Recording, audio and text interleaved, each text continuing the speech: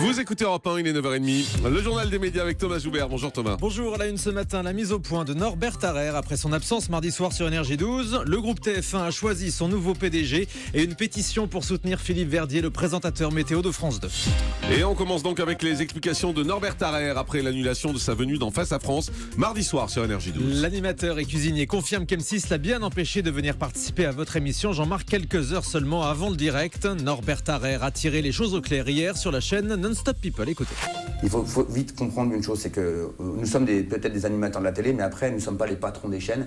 Et qu'après, ça a passé l'entendement de moi, de ce que je pouvais gérer. Là où hier, c'était plus compliqué, c'est quand tu as tous le big one qui t'appellent. Et là, c'est pas pareil. J'ai dit, bon, bah écoutez les gars, moi, tout ce que je vous demande, c'est vous dites à Jean-Marc que c'est la réalité que vous dites, que vous ne voulez pas que je vienne. C'est vous. Ne dites pas à Jean-Marc que c'est moi qui refuse, ne trouvez pas. Soyez honnête, assumez, et Jean-Marc comprendra. Mais ce qui m'a fait beaucoup mal hier soir, c'est d'être pris à partie dans la rue.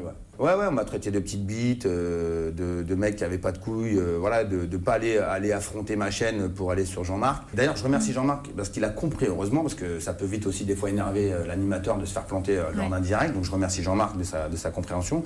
Et je sais que vous comprenez très bien qu'il y a des choses qui se passent en haut qui me dépassent et que, comme tout le monde, ça me donne à bouffer, la télé. Même si des fois ça te fait chier en tant que salarié, tu te dis ouais bah merde, ça me casse les couilles, je l'ai marqué ce matin sur Facebook, mais tu fais. Voilà, Norbert Harrer, et je l'ai toujours dit, de toute façon il est pour rien dans cette histoire, il est juste victime bien évidemment. On a eu l'occasion d'échanger hier par SMS. TF1 officiellement un nouveau président directeur général. Le remplaçant de Nance Paulini a été désigné hier. Le conseil d'administration de TF1 a confirmé la nomination de Gilles Pélisson, 58 ans, ancien patron du groupe Accor. Il a fait une grande partie de sa carrière dans le groupe Bouygues. Il sera chargé de poursuivre l'adaptation du groupe TF1 à la révolution audiovisuelle actuelle face aux nouveaux acteurs comme YouTube ou Netflix. Gilles Pélisson prendra ses fonctions le 17 février 2016. Voilà, et TF1 qui à l'instant perd plus de 7% à la bourse de Paris, mais ce n'est pas lié à la nomination de son nouveau PDG, c'est lié à une chute de son bénéfice net au troisième trimestre. Donc TF1 en baisse de plus de 7% à la bourse en ce moment même. TF1 qui négocie également le rachat d'une grosse société de production. La société Newen, producteur notamment de Plus belle la vie, mais aussi de nombreuses fictions comme Braco ou Candice Renoir, des émissions comme Les Maternelles, le magazine de la santé ou le jeu Harry. En tout, Newen, c'est plus de 1300 heures de programme par an sur toutes les chaînes. TF1 annonce donc ce matin être entré en négociation exclusive pour prendre une participation majoritaire dans la société. On imagine la volonté de la chaîne de récupérer à terme certaines productions de Newen pour les diffuser sur ses antennes. Delphine Ernotte présente ses projets pour France Télé. La présidente du groupe public a été entendue par la commission des affaires culturelles à l'Assemblée hier. Elle donne une grande interview au Figaro ce matin. Sur les finances, elle s'engage à un déficit zéro en 2016. À propos des programmes, il ne faut pas s'attendre à de grands changements en janvier. Les nouveautés arriveront en septembre. Enfin, elle confirme le lancement de sa chaîne d'infos en continu avec les rédactions de France Télé, de Radio France, de France 24, d'Arte et de l'INA. Une chaîne destinée d'abord au numérique avant une éventuelle diffusion sur la TNT.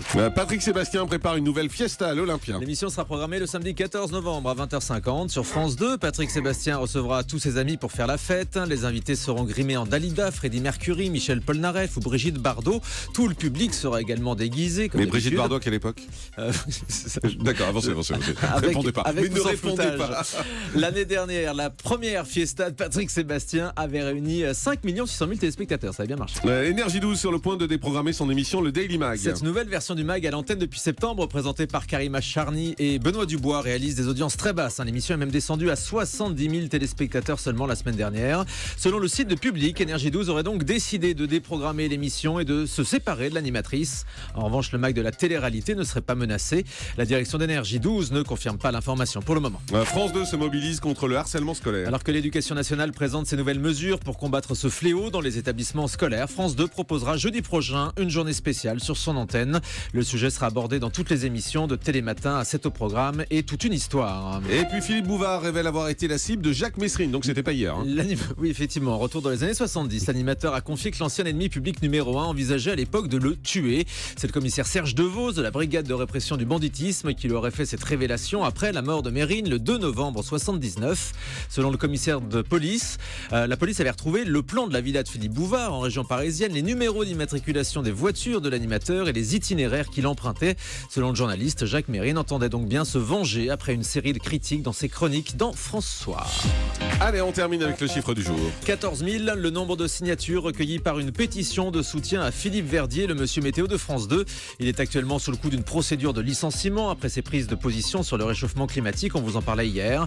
La pétition mise en ligne sur Internet demande à France Télé de confirmer son emploi. Philippe Verdier qui a aussi reçu le soutien de 14 députés républicains qui ont adressé une lettre à la présidente de France Télé. Voilà, Philippe Verdier qu'on avait reçu ici et qui est bienvenu pour s'expliquer Oui. quand il veut, bien évidemment, sur cette antenne. Merci Thomas.